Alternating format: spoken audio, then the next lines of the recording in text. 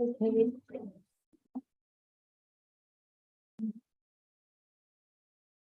Yeah, just stay after school. No. I don't know. There, or you can come over here if you'd rather. Oh, well, whatever you do. Big pressure, I'm gonna go and crowd everybody. Oh, that's fantastic. You can hear. You can take that. She'd love to step down for a moment. Get all the electronics working. Yeah. If I work, I'll get high five. When I came in, they had forgotten. Good thing I came early. It's okay, let's call this meeting to order.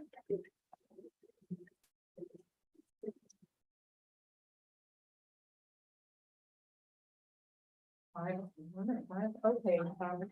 I'm not getting it on YouTube. Well, now I'm past my pay grade. You want me to? Yeah, it said it was live.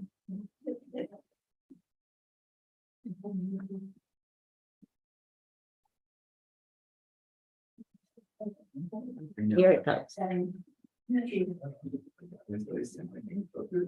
What happened, Penny? It is live, right? Yeah. There might be a delay. Yeah. All right, are there any adjustments to the agenda? No, adjustments to the agenda, none. Public comments for items not on the agenda. I had a couple of, the first one was, I wondered about the process and progress of the feasibility study. You touched on it very briefly at the last meeting, but I didn't understand exactly what your process was going to be. Okay, we're going to talk about that as part of the ambassador groups. I'm going to encase that in the feasibility. Okay. And the second was, there was some disagreement about the tasks assigned by the select board as far as demolition, mitigation, and rehousing during construction. Mhm. And I wondered if that was going to be discussed this evening. No, I don't have any plans to discuss that. We are looking into both demolition costs and Have the select board changed our mission? they have said that it is under our jurisdiction to get those costs. Doesn't mean that we have to raise the money for those costs necessarily. So when did they make that decision? Well, they clarified it at the last select board meeting, I think, or the meeting before, so that we would find out the cost of demolition. It's part of the budget, total budget, and we would find out the cost of temporary space as part of our budget, but not necessarily being responsible for raising that money. That was to be discussed further. Is that right, Glenn? Yeah. Okay. All right, any other comments? Okay, let's everybody have a minute to look over the minutes.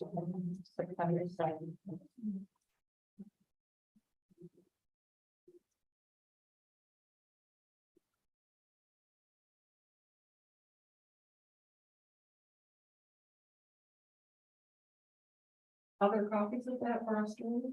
Yes. Sure. I don't have one.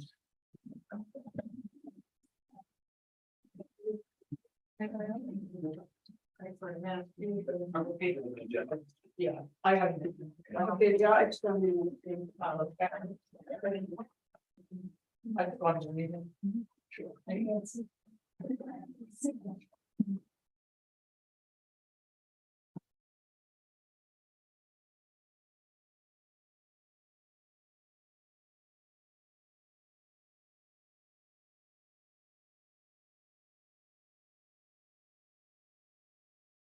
Motion to accept the minutes. Second it. Once are approved. There's 7. Okay, remember vote. Oh. 4. All those in favor, raise your hand.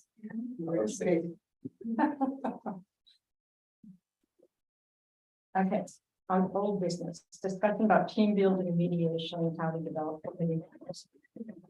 At our last meeting, we talked about the fact that there was tension in this committee, and if I'm gonna be just very open about it, it stems from the debacle of the YouTube that was nominating committee executive session that was broadcast and wasn't recorded for quite a time. And the difficulty that caused in the letter that then Candace wrote to the select board. So Marcia talked with a mediator who wasn't particularly interested, and I talked with a mediator at length.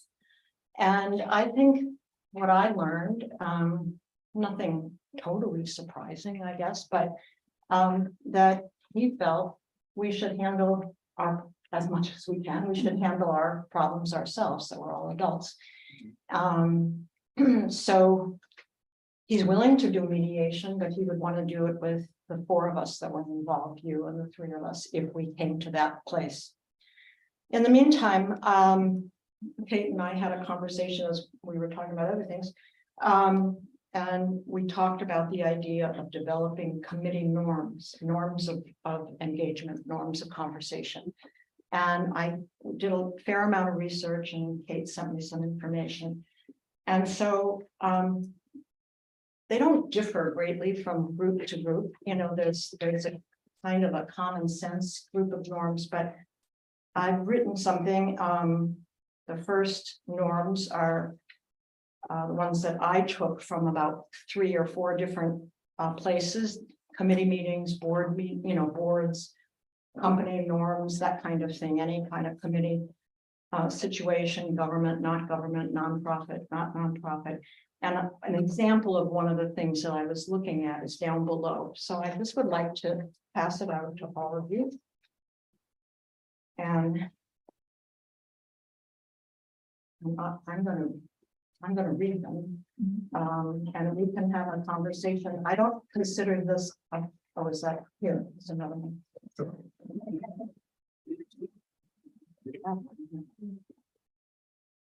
Yeah. Go ahead.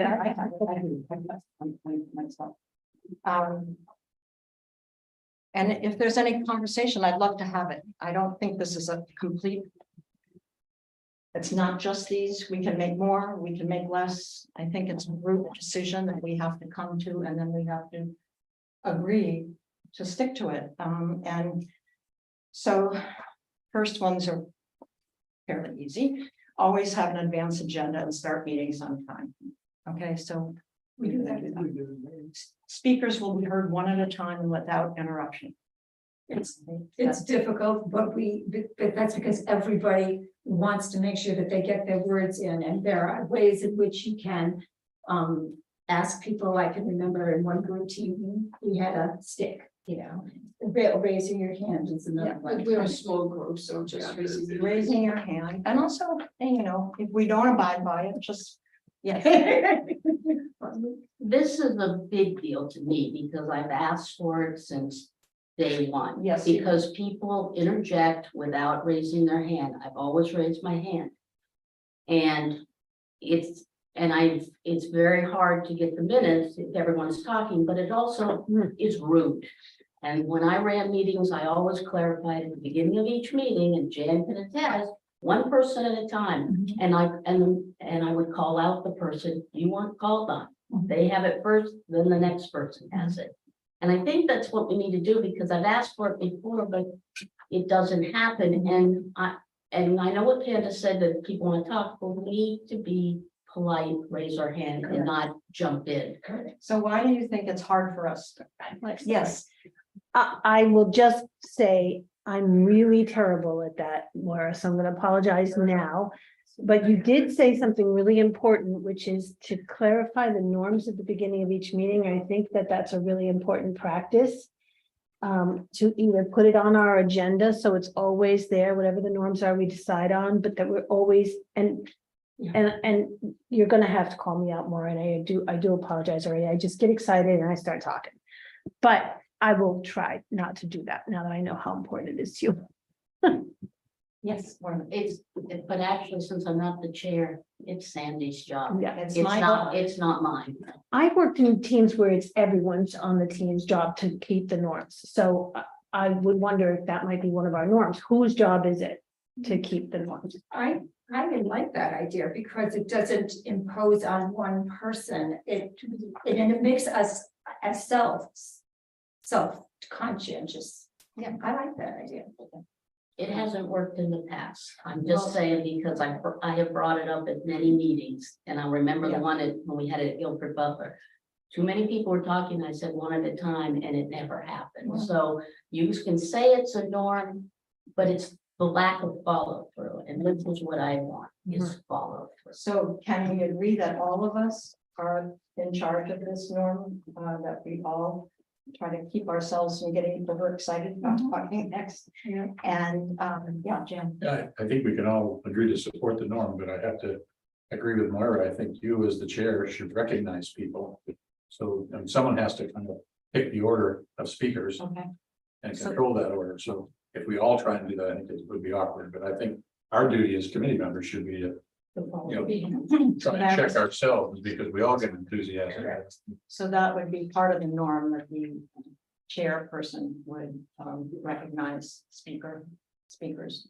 Okay. Maura? I was gonna say, you have to be or the co-chair, whoever's running the meeting. And it has to be the director and call on the people and then say, you're number one, you're 2 and 3. So they have an order if everybody's raising their hand and so that and you have to make sure that you keep that order. Heard. Very good. That's heard. Everybody okay so far? Actively listen. So that's part of, I think, what we were just talking about, practice moments of constructive silence for thought. So don't just jump in, when somebody has said something that you really agree with or don't agree with, but that think about what you're going to say and give yourself some time to listen to what the other person said. Are there any difficulties with that norm? All members will contribute to the conversation. I think it's very important that we are all part of the conversation so that no one feels left out and everyone is heard and everyone takes responsibility for being. Agreed. Challenge ideas, not individuals.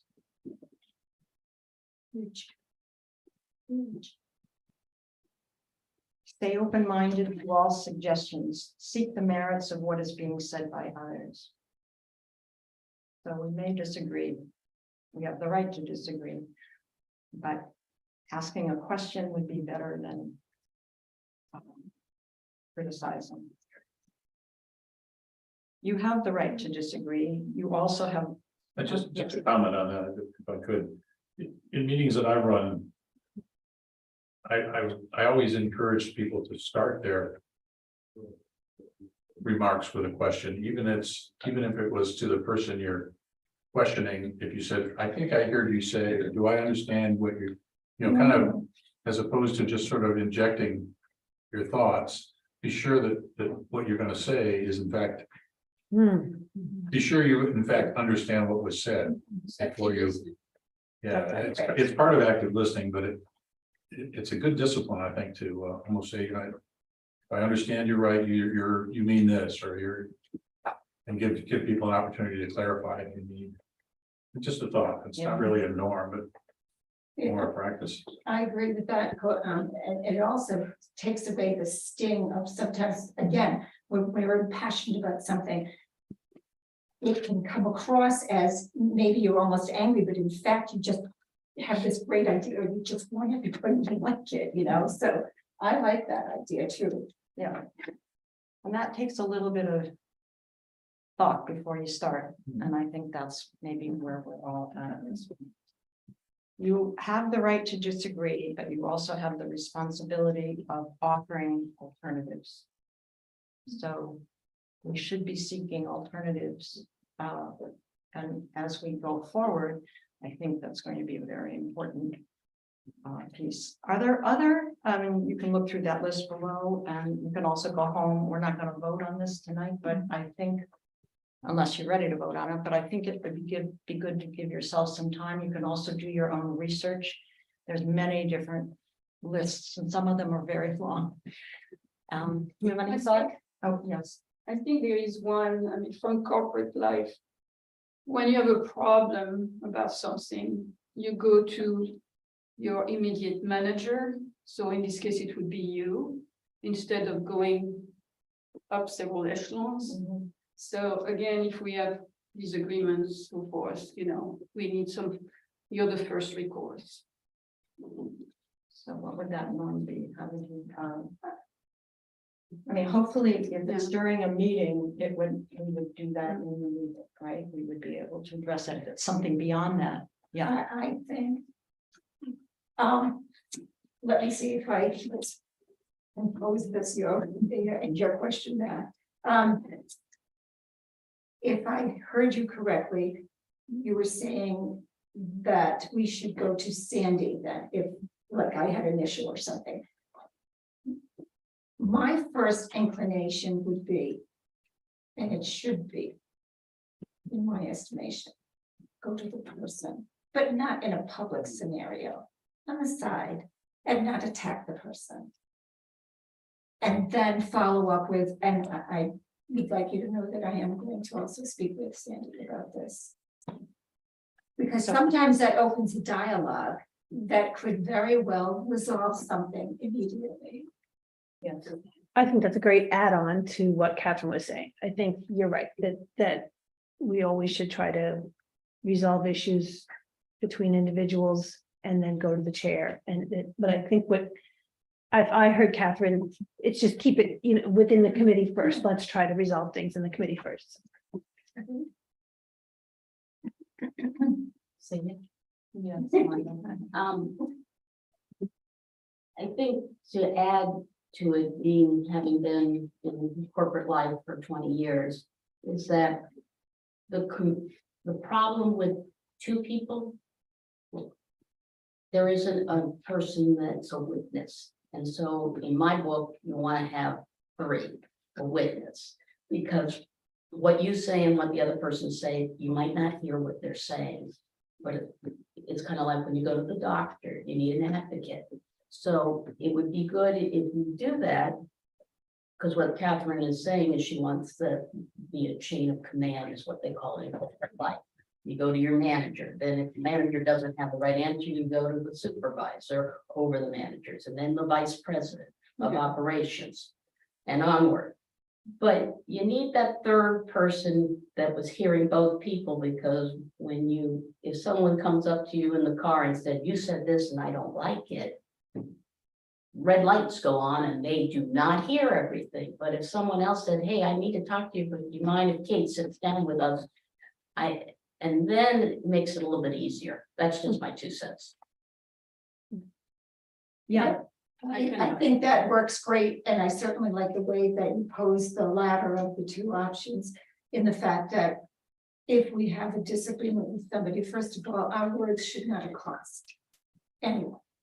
And secondly, to maybe open it with, I'd like to talk with you because I disagree with this particular point. I get a little nervous when you say three, because then the third person chimes in when in fact you're trying to iron out the issue with another person, and I don't have the right answer for it. I don't. And it could be Sandy being the third person, which makes most of the sense, because you eventually are going to go to that person anyway. But I'm happy to be with she can be the mediator, but I'm not. and she can be, the advocate for both sides, hearing it. And I agree with that, and I think that's a good option. It's a lot of pressure on you. And I'm hoping that we're all going to take charge of ourselves and it will work out smoother. Thank I you. mean, if I feel like if I had an issue with any one of you, I could go to you and talk about it, but I felt like it would be better to do it in a group of 3. I'm not opposed to doing that either. Sort of a little bit depends on what the issue is. It's Correct. a small thing. if it's, Yeah. So it could be number 8, complete resolution, Say that again. but it could be. Oh, number conflict, 8, yeah, conflict resolution.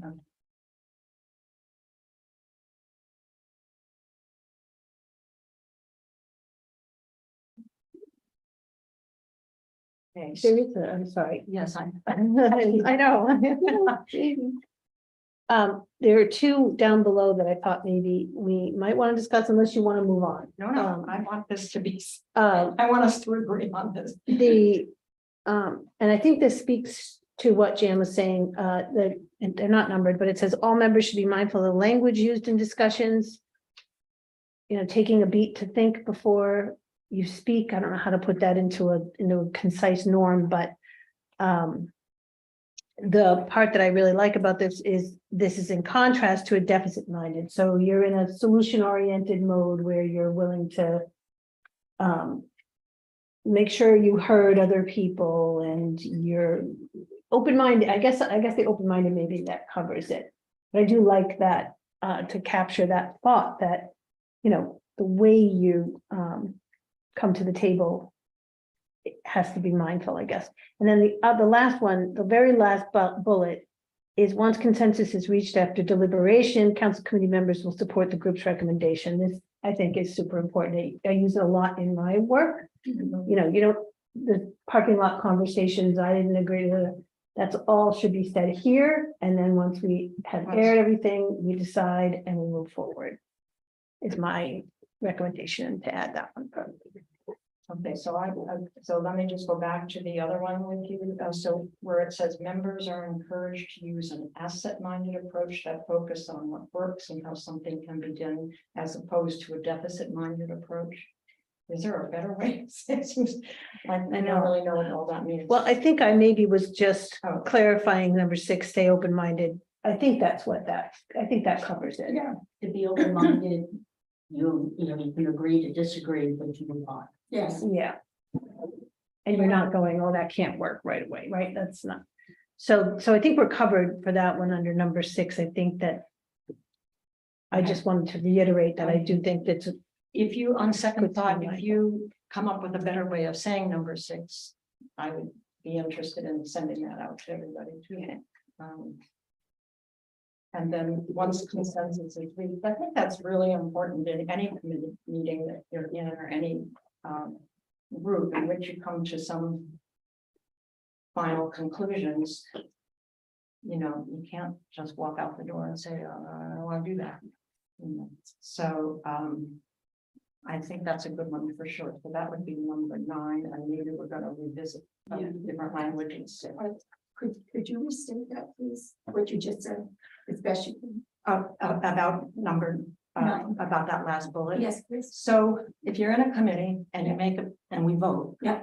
on some, whatever it is, and we've had the discussion, we've all been heard, we have 2 people that disagree and 5 that agree, the motion is carried. Not to go out the door and start bad mouthing to a decision. You're committed to the committee, not just your own ideas. Thank you very much. I just Sandy, you said number 9, but we already have it in number 7, once consensus is reached after deliberation, because we added conflict resolution in the chain of command. It's 8, but you already had consensus in 7, so we don't need a 9. All right, but number 7 up here is you have the right to disagree. Once consensus is reached after deliberation, council and committee members will support the group's recommendation. So But that's number 7. You said you were going to add it as number 9. Oh, okay, And I'm just saying that we already added. okay, all right, you got the minutes. Yeah. Just a comment on the word consensus. I think it is important for all of us to appreciate that consensus is not unanimous agreement. That's right. Consensus comes down to, can I live with this? And I think that's, in today's society, that's a hard thing to achieve sometimes, but I think it is important that we realize that it isn't all going to be, maybe you're not always going to get everything that you want, but can you live with it? Is the committee going to be able to move forward? Are we going to achieve, put it in a military context, of the mission of the committee? It's just a mindset there, but I think it is important for all of us to think about. And I'm just going to add that if you read my minutes, I do use the word consensus. They weren't unanimous, so I used consensus and gave the pro and con, but the majority, the consensus, we want to put it this way. And that's how I read the minutes. So much experience with committee. But Jan, to your point, What if you can't live with it? Well, then the committee can table it for a further discussion. I mean, it kind of depends on how hard the issue is. Whether it's something that there is a room to bend, is it something that could be discussed offline? But normally you would table an issue that if you can't resolve it or achieve some consensus, you table it for another agenda item as old business. And we talk about it again after some thoughtful consideration. I was just gonna ask Kate if you had any experience with that. I have. Superintendent. Sure.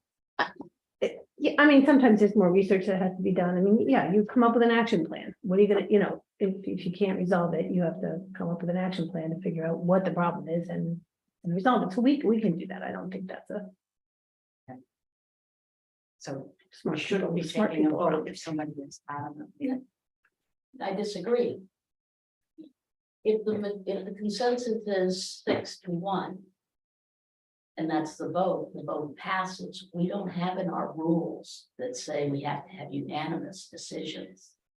Unless we want to make those our rules, and I would not say that that's a good idea. To have unanimous decisions. But my question was, what if you can't live with it? If you're the one, If the person then needs to voice their objections and say why. And everyone should listen to those comments. And maybe that changes things, maybe it doesn't change things, but once the vote. and then people say what they agree to and what they want. But most of, but as I mentioned before, we don't have in our rules, we have to be unanimous, and so. I think that's an area that we should not go to.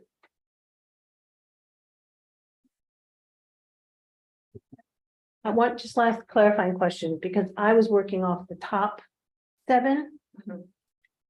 Are we working off the top 7 or the bottom 7 to adopt the norm? Now 9, Seems like both. No, there's only 8, because we added conflict resolution. right? And then now I've added 9 as is the last one on the bottom here. So I was working with, these were the norms we were working Yeah, we're on? working with these. Yeah, the Okay. top. Okay, All all right, working with these. just clarifying.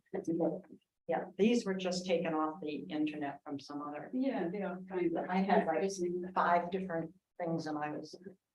So we're just grabbing the last one at the bottom and putting it up top as number 9. Okay, thank you. All right, we're not gonna vote on this, but I want everybody to really consider this, and we'll vote on it in November. And if there are, I guess I just want to say this, if there are still disagreements on people in this committee, I trust that you will talk to each other outside of the meeting. And try to resolve. The mediator that I talked to said if we can't resolve some of those issues, he will be happy to meet with those of us that need to have some mediation.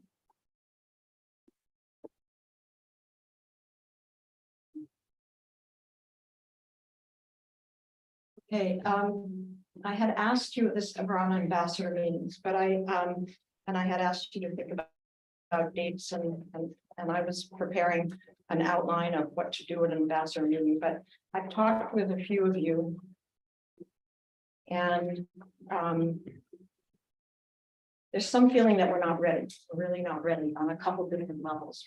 One is the idea that we have the correct handouts or the right information enough information, visual information. Moira mentioned in the last meeting that it would be great to have some kind of a 3D either drawing or model or something like, but of course we haven't hired an architect yet, so that I have not considered that. But so I wanted to bring that up as a point of conversation about what we think we might need for the ambassador meetings. And the other maybe I should take one more step back.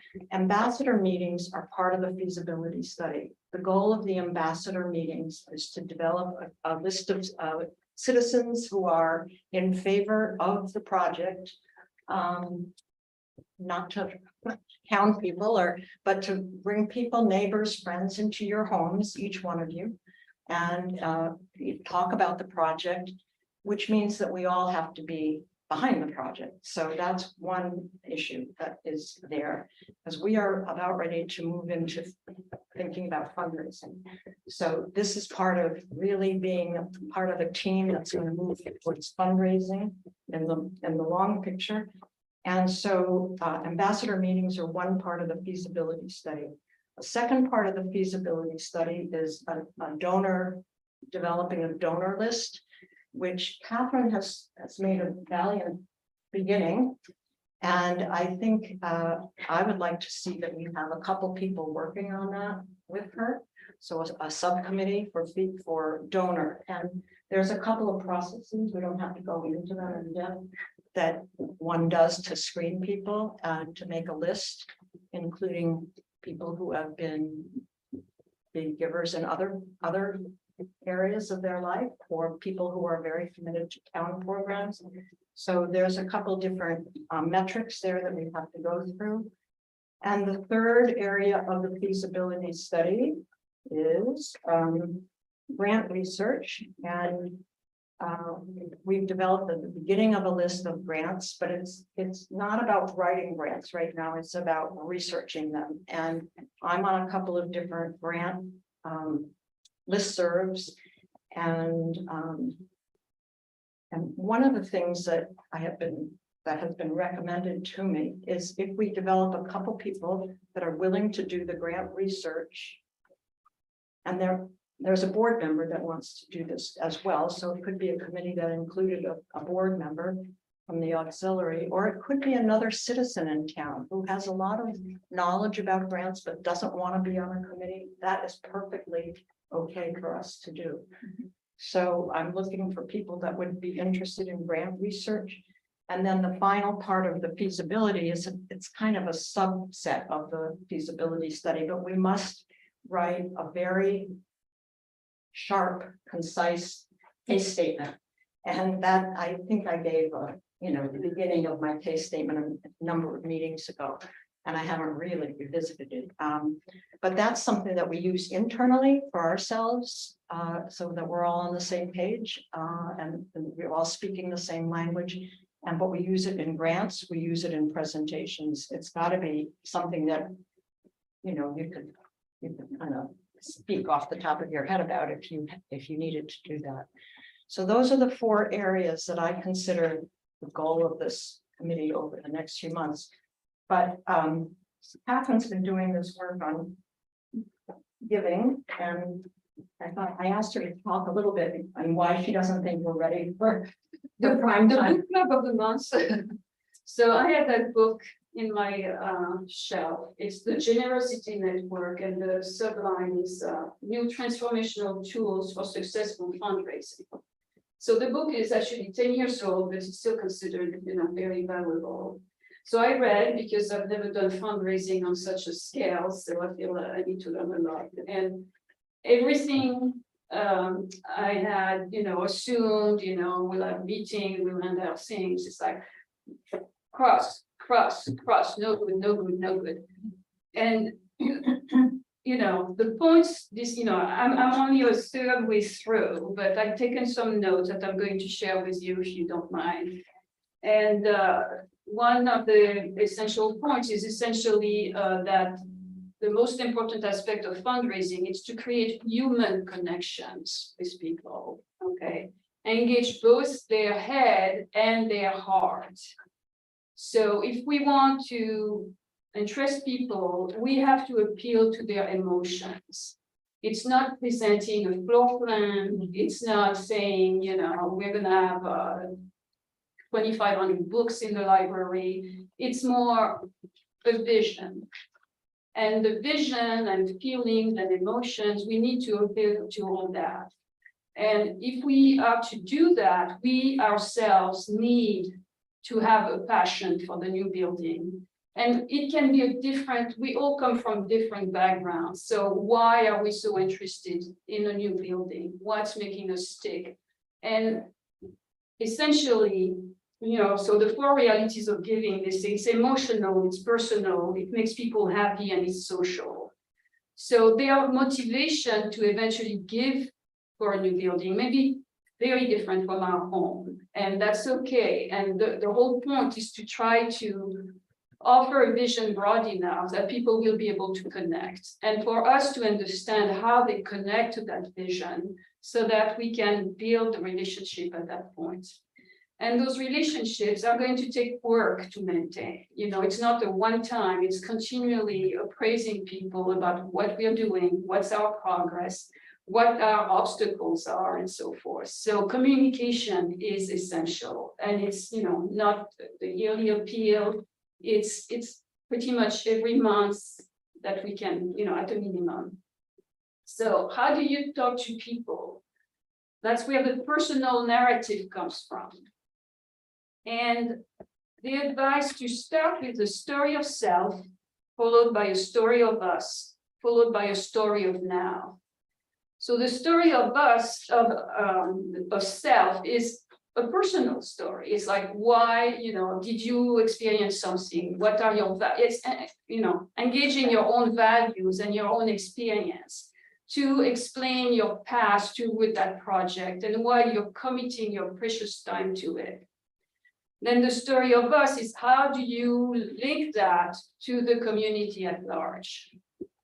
And then the story of now is, why is now the moment to act together to try to move toward that dream, essentially, and make it a reality? So to craft your story of self, it requires introspection. And, and I tend to be wordy. I apologize for that. I'm a teacher. So, write down as much as you want and then pare it down so that, if you were to talk about your motivation, you can fit it in like 3 minutes, 5 minutes would be already too long. You want people to keep interested. And at the same time, you want them to feel engaged and that they can relate to what you're saying and that it generates in them some emotions or something, or yes, or, and so forth. So we are not there to just talk to people, but again, building a relationship is a two-way street. So it involves a lot of listening, okay, and taking notes and remembering so that in the next time we can approach people where they're coming up, in the direction they're coming from. So think in terms of images, scenes, moments. I'm an engineer, I like numbers, I like stuff, I like graphs, but most people, if you talk to them, and again, the ideal first meeting doesn't involve props or a static one, so maybe a 3D model would be one, but the PowerPoint is a big no-no. When my first reaction was, of course, let's do a PowerPoint. So think in terms of images, scenes, moments, then practice before you engage in the first one, so we can maybe do, little groups among ourselves and try to see, and, we can maybe inspire one another and then be real, be sincere. Again, the passion has to be felt and eventually will be shared. So the whole point is we are enabling, often fundraisers, people who have never done it like me feel, oh my God, this is a dreadful task, I'm afraid. No, it's again, we're all equals here, people living in the same community, and we are enabling people to contribute to a dream. So, there is no rich, there is no poor, there is no this, there is no that. We are all living together in this community. And then for the listening, so there are 4 kinds of listening: the downloading, where you just check, I already know that, I already know that. The factual, oh, I didn't know that.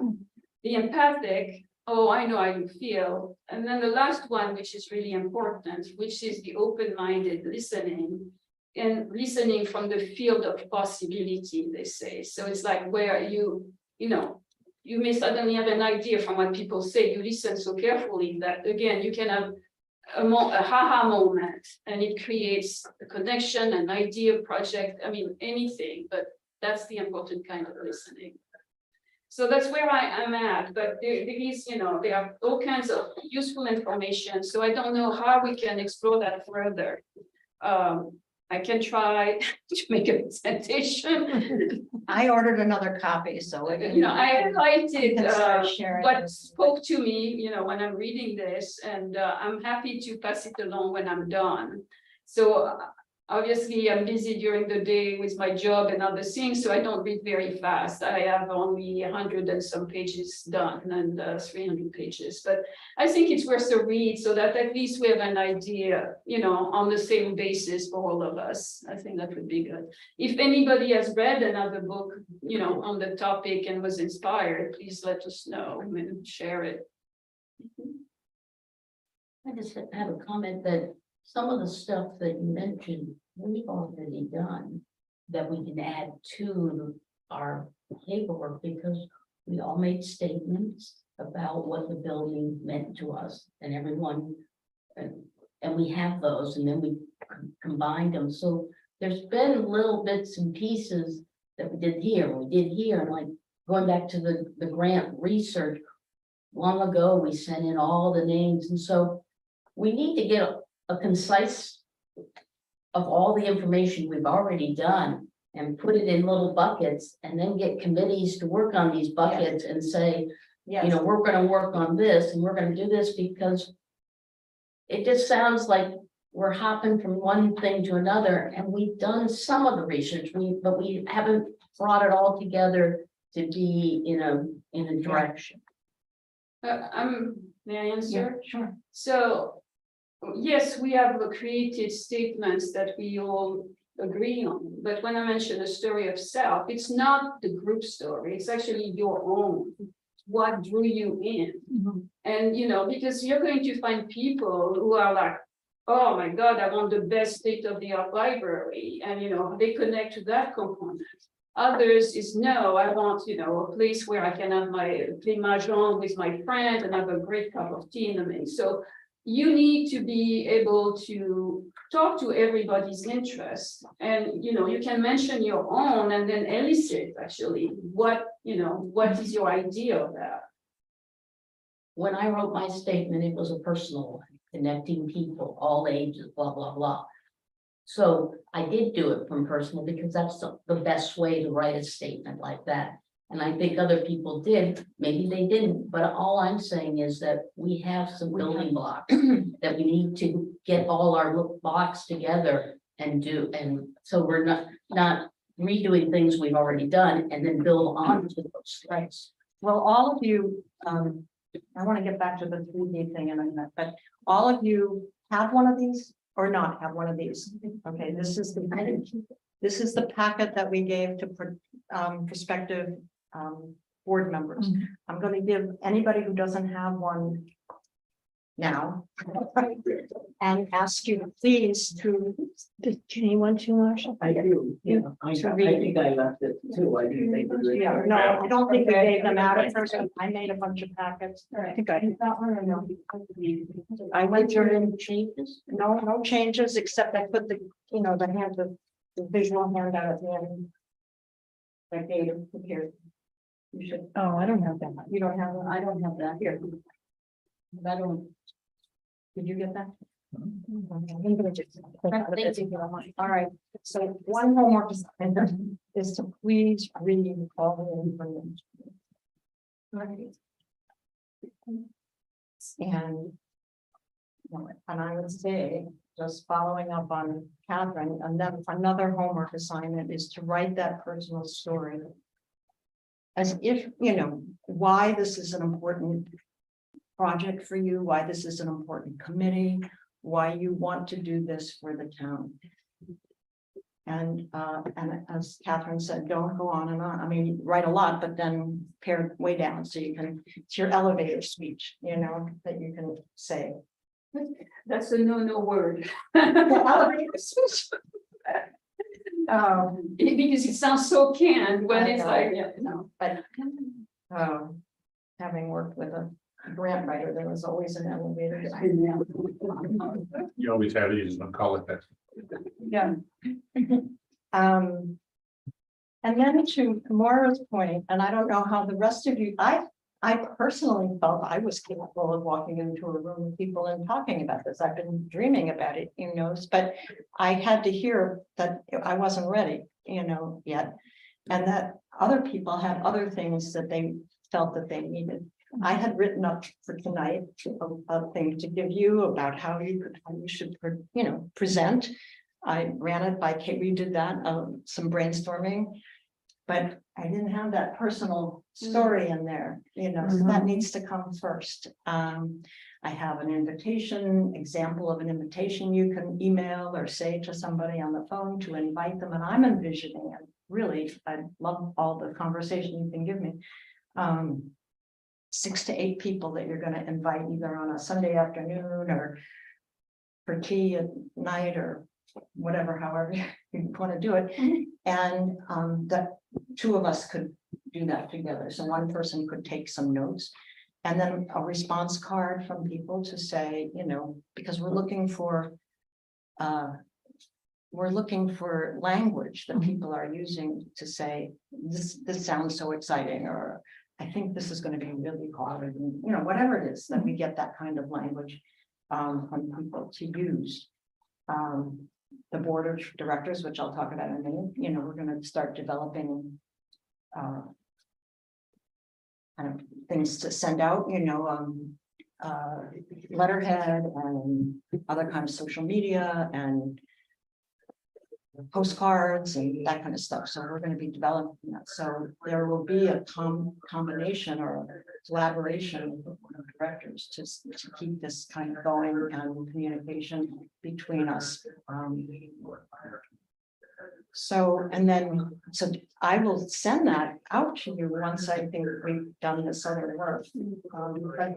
Should Catherine's point, Tamara's point about the 3D, would a 3D image be enough, or you think a 3D model is what you're? Either one, but a model would be better because it would solve the question, because, and Catherine, I'll pick on you, making sure the building is sitting on the lot correctly to get the right sun and things, because I don't think people see it on a flat drawing. Even though the road's here and north is there, they don't visualize it. And so, and it doesn't have to be, it can just be a rectangle. It doesn't have to be the real model, but showing what it's gonna, because some people don't visualize unless it's physical. And they have never looked at blueprints or looked at any plans, and we don't have blueprints. We just have a flat image, and we have images of what the building could look, but not what we're gonna do. So, but it has to show that, the gardens are here, the playground, the skateboard park, the new buildings this way, to engulf that it is a library, but a community center, because the community center part is growing in leaps and bounds. And that's a big issue for people. They don't want to lose that. And I think myself that you need to show something in 3D.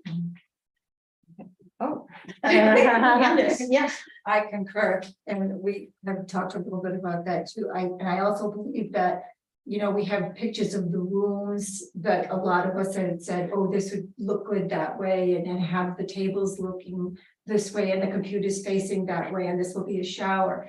And with the diagram that has been offered, again, you're so right. We have all kinds of learners, and people really like visual along, and then there are many of us that like the audio as well, and then there's some of us that need to do further. But I do think that gives them a better perspective, so that when they're responding, or they'll have more confidence to respond, because they feel like they have something to hinge their thought on, So I like that. And I also wanted to comment on your takeaway of the book and whatnot, and all the wonderful things that you were saying about the stories and whatever. And that's what great teaching is about as well. And I think that's a really great way to approach people and say, here's some information for you. We want you to think about this and consider this and blah, blah.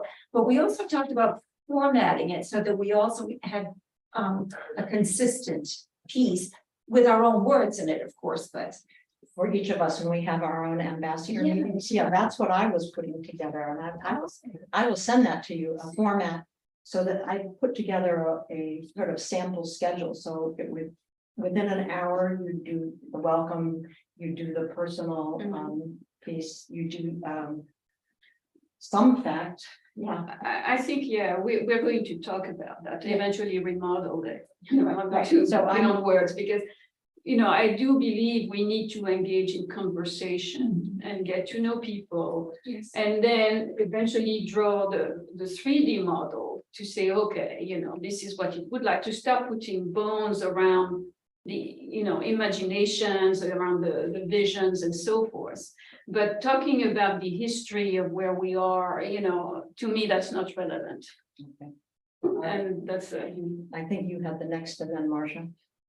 I was just gonna say, I really appreciated Maura's perspective on why the 3D model would be so important. I was talking to somebody the other day about this project, and we started both talking about the value of a building that was passive solar and I was explaining that we'd have good use of the southern light and the windows and this and that. But I struggled to explain it, and I do think that that's Yeah. a really great point, that having that mapped out on in a 3D model is just gonna say so much. It will. When I was listening to Catherine, the last thing you said was listening. And I think we have got to be open now to getting more ideas from what the people in town want. We have all said what we said what it should be. I don't feel like we're listening to what the town wants. What the building should be. Right, so I think that's the utmost importance if we are gonna want the town to go forward with this. That is important, very important.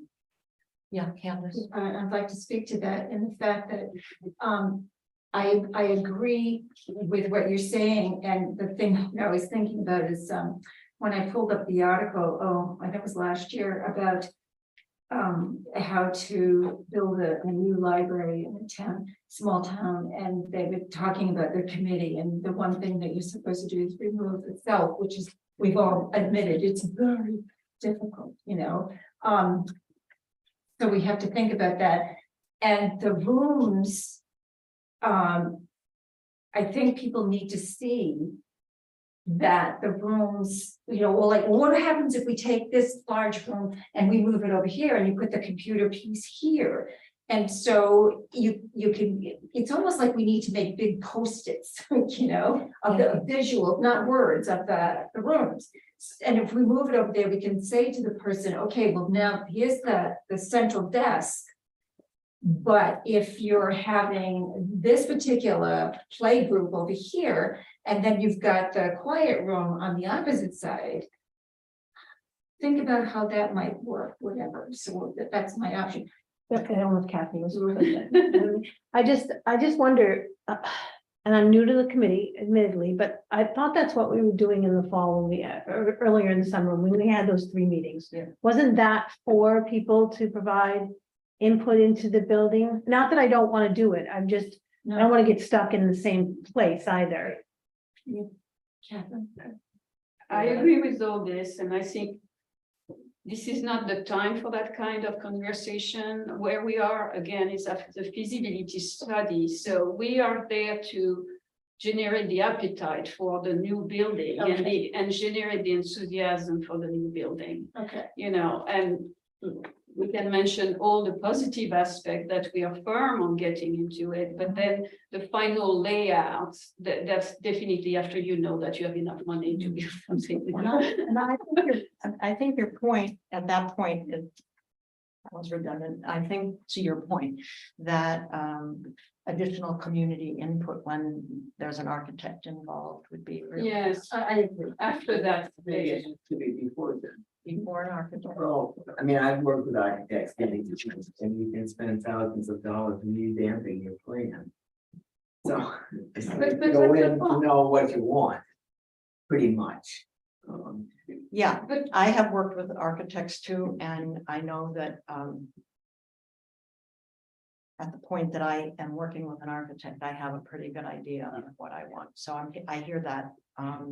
But I do think a broader committee of community members would be really essential at some point around the building. Do you, is that, I'm trying to sort of imagine what we would need at that point. Yeah, I'm thinking about this, I mean, I think. You know, at some point, we're gonna have to put something down, and we're gonna have to put a stake in the ground, I would say. And then we've got to stop talking about this to the point where we can't, like you're talking about doing a 3D. How would you do a 3D anything? You know, you've really got to have an architect involved. You've got to have what I would call the basics. You know, even if it's just the shape of the building and the rooms aren't clear or things like that. And I like the idea of a drawing or a 3D that would show it on the whole property. In other words, show the building, but show the skate park, show the gardens, you know, show the parking, show all of those things. And, but it's still, that's gonna take a professional. I mean, that's gonna take a Gabe or something that can, Yeah. you know, put something like that together and probably cost some money. Yeah. Some investment, that's what. just to give you a tool to show people. That's what's held me back from it right Yeah. there, but, okay, Maura. I agree with Jan that we need to move on because we keep taking the step back. We did the survey, we've done this, we did open meetings.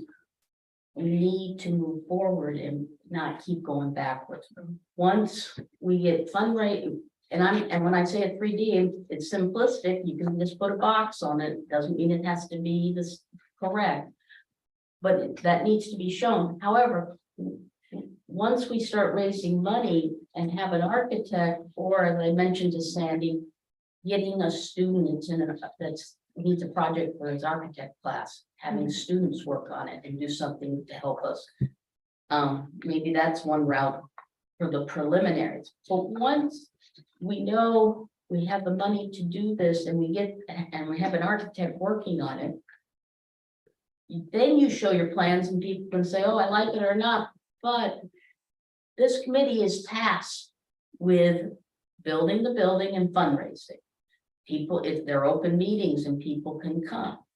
And that's when they should enter their items, but we can't keep going backwards. We need to go forward, and that's my emphasis.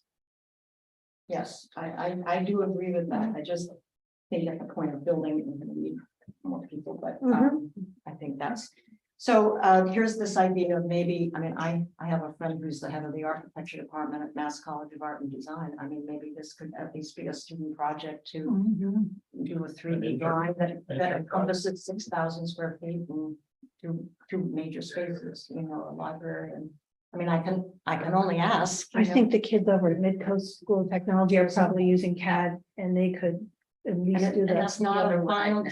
it's not a final design, it's an idea to show us where things are on the property. Yes, Candace. Because the thing that we're showing is, you know, this particular. Yeah. Thing, and then the other one on the other side. And again, when we're talking about visuals. This is really difficult for the majority of audience to be taking in and trying to make sense of, because we're not all architects, you know, Right. and whatnot. And some of us, including myself, had a little bit of difficulty following this. So that's why I was thinking that, you know, like, for instance, when people see visuals like the rooms in here, well, I guess I don't know. But anyway, like, here's one room. But if it could be enlarged, and we had this other thing enlarged, that I was just showing you.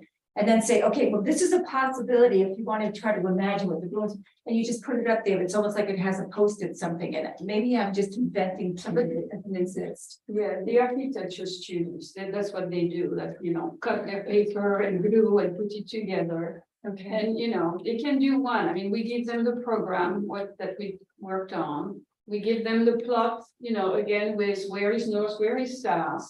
And all the conditions that passive solar, you know, is exploited, that there will be solar panels and so forth.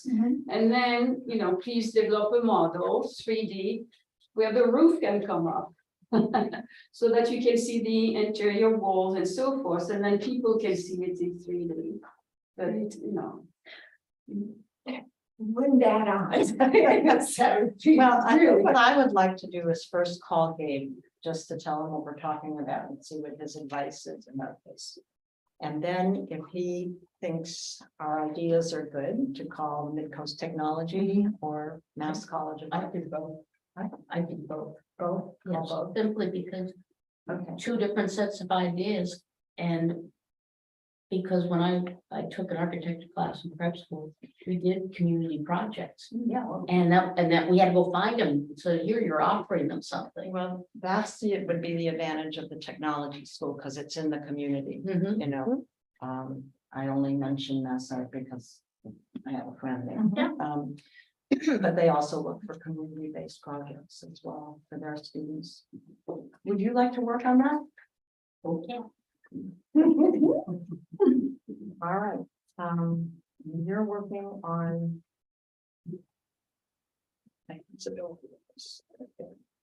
You're working on the donor and. And we did that already, doing this, and you know. Continuing this. And we'll continue with that. Okay. Would anybody be interested in working on grant research about Canvas? Okay. And let me offer that, it's not something that I know a lot about, but boy, I am not afraid to dive in. Okay, I will send you the list of foundations and not so much individuals yet, but there are some family foundations in Maine, and I'll go through it again and tell you where to do some work. And as things come up on the, I'm a member of Grant Watch now, so they just kind of, there's so much on there, so you have to really refine your search. And then I'm also on grant.gov. So the name of grant.gov, it's through the US government, so it could be Maine or it could be US government, so I can pass those on to you. Okay, thank you. I just send you Thank you. the information as it comes. Excuse me, Sam, would that be where, something that I could join, like you were saying, the Grant Watch? Yeah, I paid it, it wasn't inexpensive, it was over $100, but Okay. so I think I can give you my password, how about that? Oh, thank you. Yeah, oh, okay, Yeah. thank you, appreciate it. That would be good. Okay, yes, I would be interested in the work that you've done about the ambassador meetings. okay, You said I will send that to you, even though it may be preliminary in Yeah. draft form, it'd be Okay. interesting to see where you're going with it and get that some, would be great, and we could talk about it. In a future meeting. that would be great. Okay, Can you send it to everybody? I can send it to everybody, yeah. That makes sense to do that.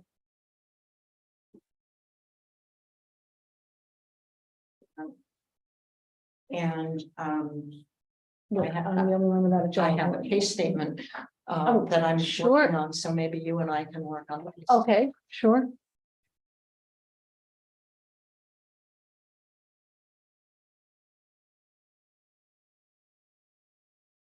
Okay. And Marcia, what are you, would you like to work on a case statement too? Yeah. I mean, you're a writer. Yeah. I think you're a writer, right? Catherine, do you want some help? Then I could jump on to help with the.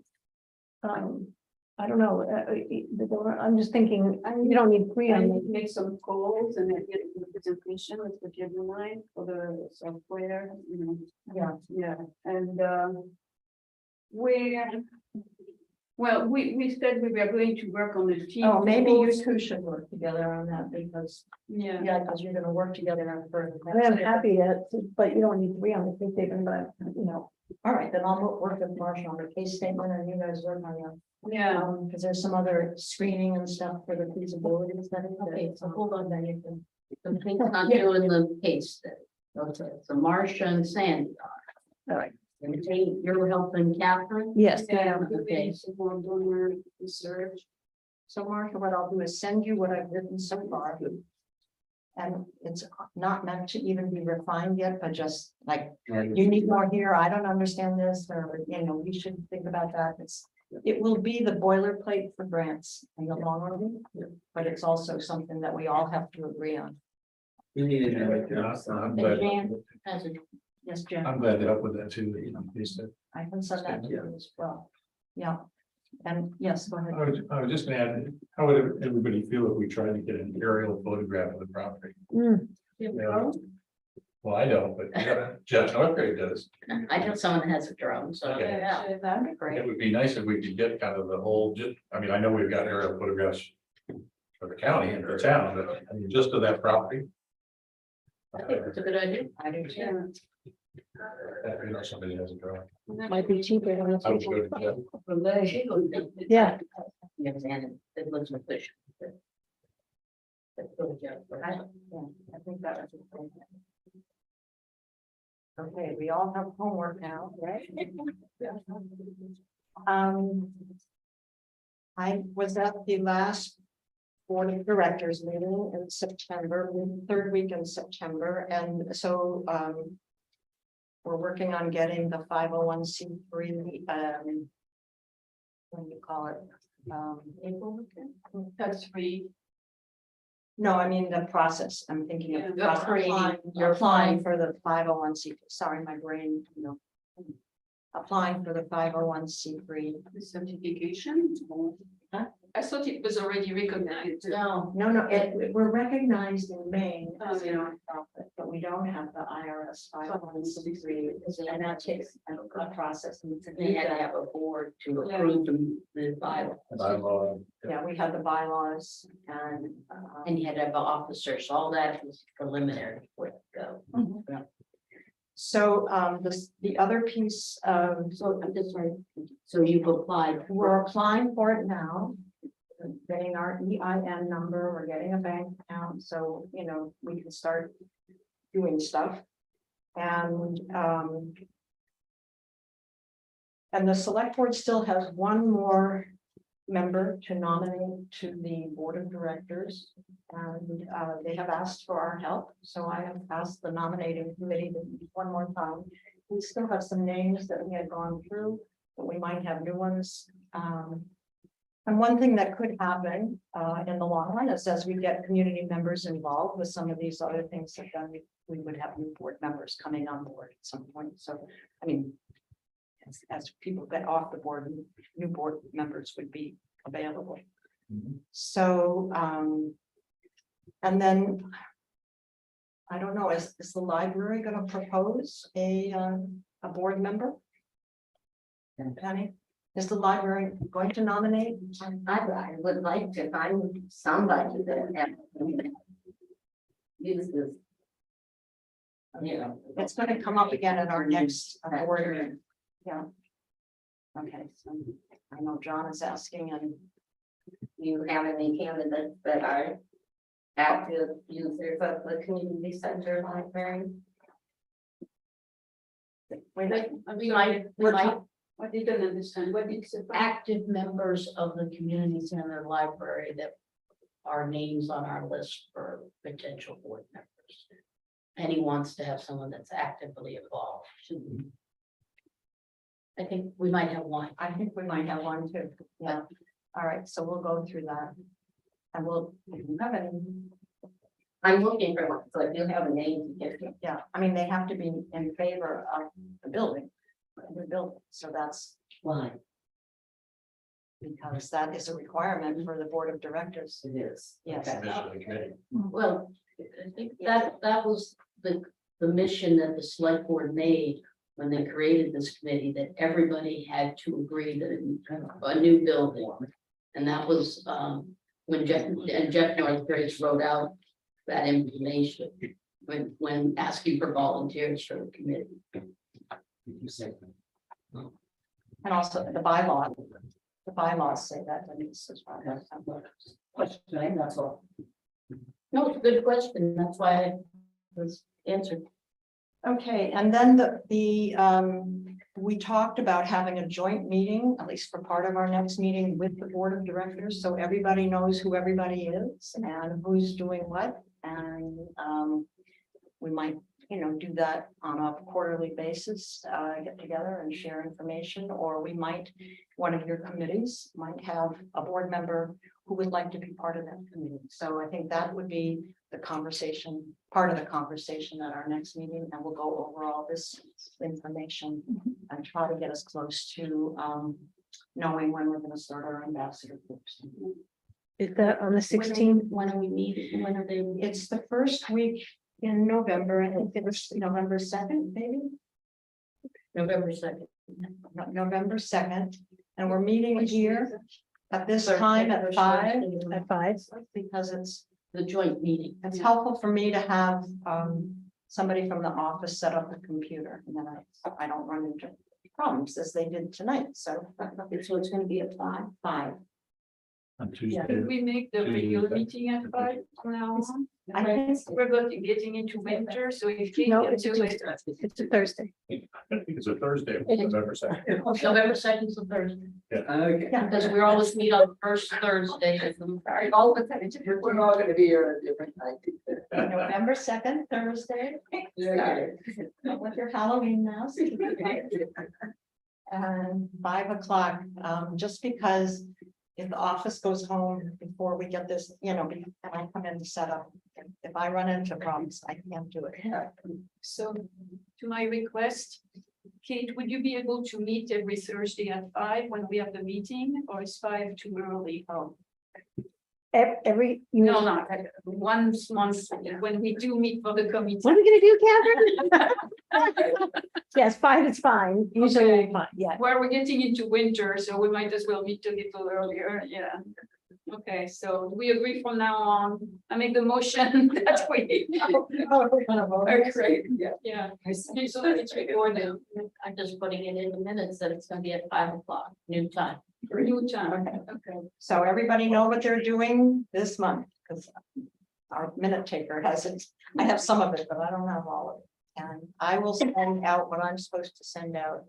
And be thinking about who you want at your ambassador groups.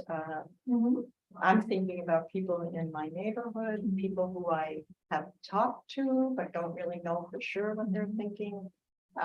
People that I think are in. That's another big thing, I was wondering, Yes. that it's much easier to engage in a open conversation if you know people, at least if you have talked to them once before. Yeah. Or if you're going to be introduced by them, make sure the introduction is big enough on both sides. So there are people, for instance, Snow Hill Lane, that might be important, but I don't know them well enough. So, but once we have a small group, then we can ask these people, would you mind even hosting a few of the people you know in your neighborhood so that we could engage in the same kind of conversation? So again, it's networking. It is you're working. spreading away. So, Okay, gang, that's all I have. Do I have, let's You see. didn't go through correspondence. Yeah, we have no correspondence. We reviewed items for the next agenda. Schedule the next meeting. Schedule the next We meeting. did. Yeah.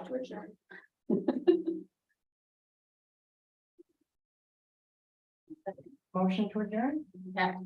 Okay. Okay, everyone. Thank you. That was a very productive meeting. Oh, are the norms on the next agenda? Because we should vote on those, right? Yes, okay. We'll vote on the norms at the next. agenda. Sorry, another meeting's over. I should. That's right, it took a minute. Where's very good. All right, and everybody has. The only thing, if you're gonna show this at an ambassador meeting, I would take out the parts that are specifically about the board of directors, like there's. Expectations, but just for now, I think you should read it all and know what's in it. You don't want that book. You need a ride home, Kevin? No, I actually will, but we need to figure out time when we can meet. Okay, Because you're busy. that's fine. As long as we get it on the calendar, I'll be all right. Did you get my email? Today. Yeah. Today. Read it tomorrow.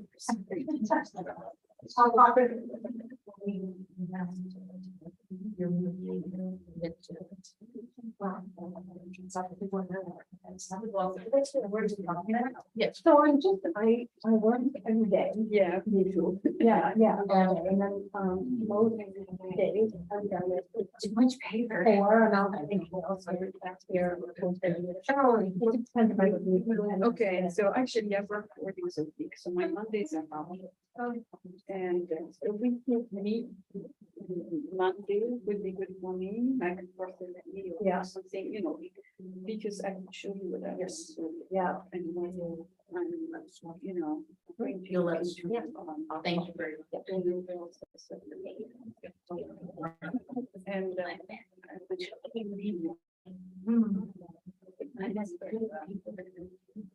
You know, say I buy. It's not a contribution, you know, offer 3 days, so I like. Try to schedule. We need time, I said, you know, also find out. And so that we can report on that. So Mondays are the one day, and I, That you're not- well, that I you're work, I have evening meetings 3 months out of the, Yeah. and they're all up in Hope Valley, so I tend to stay at work, I don't come back down here. Yeah, Yeah. I don't have my phone. Oh, okay, then we'll email. Yeah. Yeah, and So the next, yes, the, Maybe not next Monday, not this coming Monday, because actually I have 2 more committees, which require a lot of work.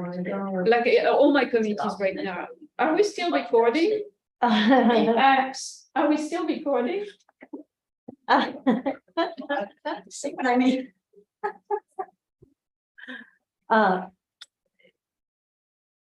Thank you. Don't forget the paper. oh, I need the name of the person. Still,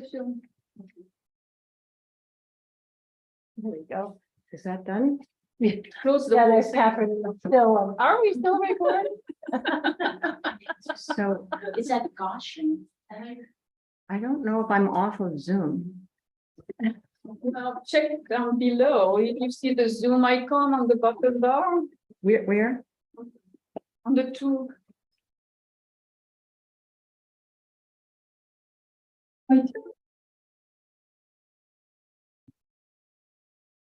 the album's still on, so.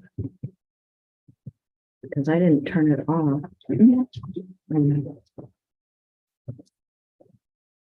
Yeah, it's still recording us. It's Okay. just recorded me from walking over here to. Okay, let me. Okay.